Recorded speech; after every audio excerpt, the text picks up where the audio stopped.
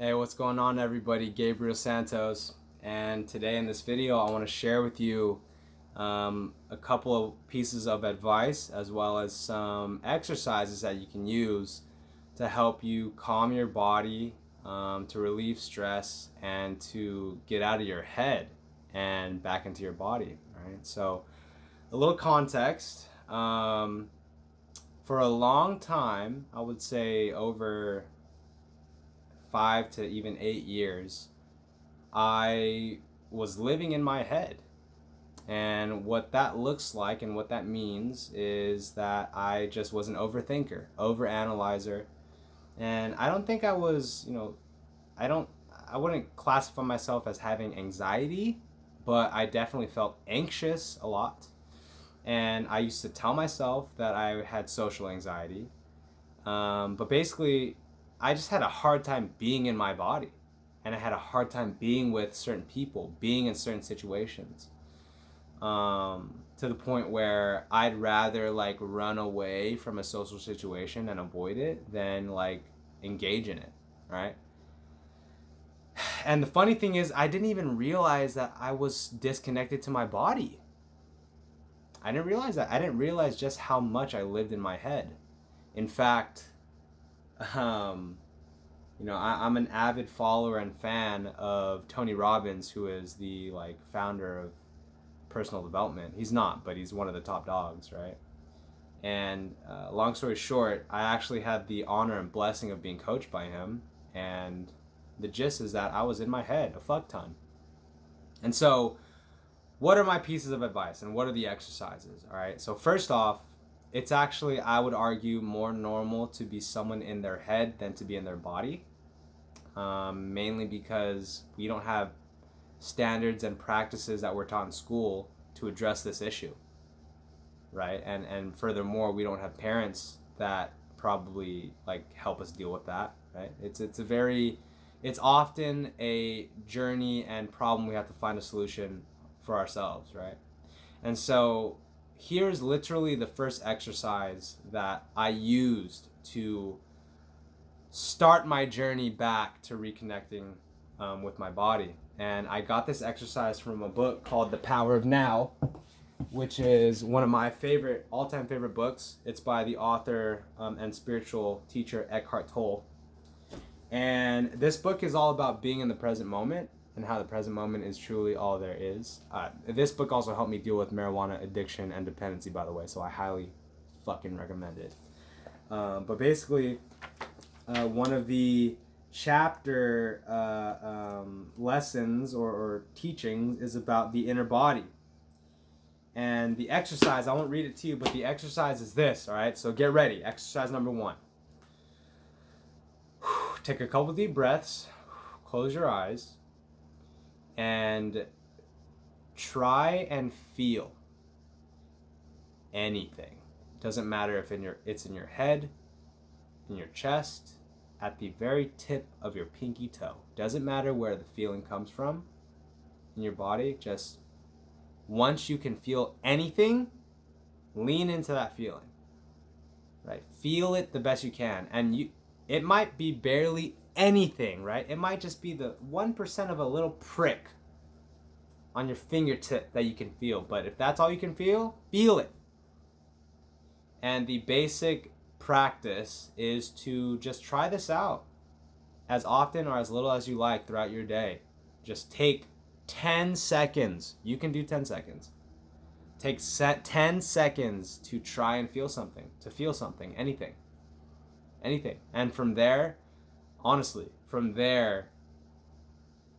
me, it turned from feeling a small little tiny something in like my side here area when I first did this exercise to now very regularly feeling all parts of my body. Not all the time, but way more often than ever before. And the beauty of this practice of returning feeling back to your body is that you'll be less up here thinking, and more in the feeling, right? Now, here's where it might get tricky, challenging, and even scary for you, some of you, is you haven't felt shit in a long time. Both the positive feelings and the negative feelings that we run away from. And so there may be some challenging moments where a feeling has you go a certain place in your body, feel a certain emotion that you don't like, and it might feel really challenging. Like, you may not want to go there. It's up to you what you decide to do with this practice, but I highly recommend it. The second exercise, the second thing I highly encourage all of you to look into if you're someone who wants to reconnect with your body and really use feeling your body and being back in your body as a way to actually reduce anxiety. And what I mean by that is, in my opinion and in my experience, anxiety and stress comes with a very tight and stressed body. And so a lot of people are like, how do I stop overthinking? How do I stop, thinking these certain thoughts? My strategy that worked for me is to relax the body. Relax the body, relax the mind, right? If you're in a state of feeling happy, you're going to have happy thoughts. If you're in a state of stress, you're going to have stressful thoughts. If you're in a state of relaxation, you're going to have more relaxing thoughts. So my second exercise piece of advice, resource to look into is chakra chant meditation. All right. So some of you may be familiar with the chakra systems already. And I would be less focused about like the spiritual nature of the chakras and more so the practical nature of these chakra centers, because basically there are these points in your body that are pretty significant in terms of, like, I want to say nerve bundles or whatever. Don't quote me on the science or the anatomy of it. But basically what these chakra centers are is they identify certain parts of our body that tend to just be really, really important. Okay, I can't say it in a more professional sounding way, but basically look up chakra chant meditation, look up chakras, and there are these 7 centers in the body. You have the crown, you have the third eye, you have the there's another one up here, I forgot what it is, but you have the throat, you have the heart, you have the solar plexus, which is right here, you have the sacral chakra, which is your belly, and then you have the root chakra, which is where your genitals are. All right. And what these chakra chant meditations have helped me, how they've helped me, is they've allowed me to feel, again, feeling, connecting with the body. They've allowed me to feel and become familiar with these areas of my body that I've been so disconnected to, right? Particularly my throat, my heart. I mean, pretty much all of them, yo. Like, not to be a downer, but man, it is just commonplace to be clogged up, emotionally, spiritually, physically. Feel me? And so, an example, right? You know the classic meditation. They go, oh. Now that might look like fucking ridiculous, right? You're like, really? You want me to do that? But basically, what this is doing, as I'm saying that, right? Oh, I am the vibration of the noise.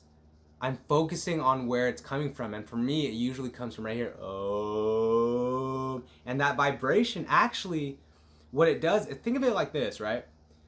Think of it like, burping a baby, right? There are these bubbles, these pockets of air in the baby's body that if they aren't broken up and released, it creates a pressure and uncomfortable feeling in the baby's body. And so you shake it, right? You make the body go like this so that the bubbles disperse, right?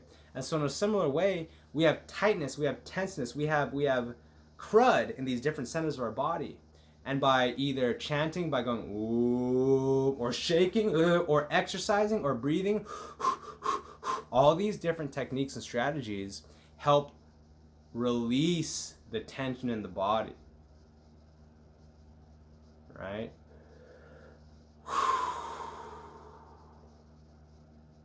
And so as a final, if you're still in this fucking video, I'm just going to spew out a bunch of different things that I do to help calm my body and help me have awesome, pleasant emotions. Cold showers, hot spas, 30 to 40 minute walks, lifting weights, being hydrated as fuck, chakra chanting meditations, controlled breathing, watching a movie or a TV show that'll make me laugh, eating certain foods. And then if you want to go into the more negative list, so to speak, or the more indulgent list, you know, obviously you can smoke weed, that'll help you out. Drinking, that'll obviously help you out. Eating pleasure foods will probably help you out. Sex, right? So you see what I'm saying? A lot of people are running to certain outlets already to help them relax. The issue is that they're not sustainable and they have more negative impacts long term, right? If you're someone who smokes every day to relax, there's probably going to be negative return on that, right? The money, for one. But if you're someone who can utilize a cold shower as a way to relax, like that's virtually free, and you can do that as much as you want, and it's pretty much all benefits, right? So just something to consider. I hope this video found you well. I know reconnecting and feeling comfortable and relaxed in the body is something all of us are aspiring for, I would imagine, to have less fear and more pleasure. But yeah, with that said, I appreciate you all. I will see you in the next video. Until next time, what the hell is this? I was gonna say peace. I put up a 3 sign. Peace.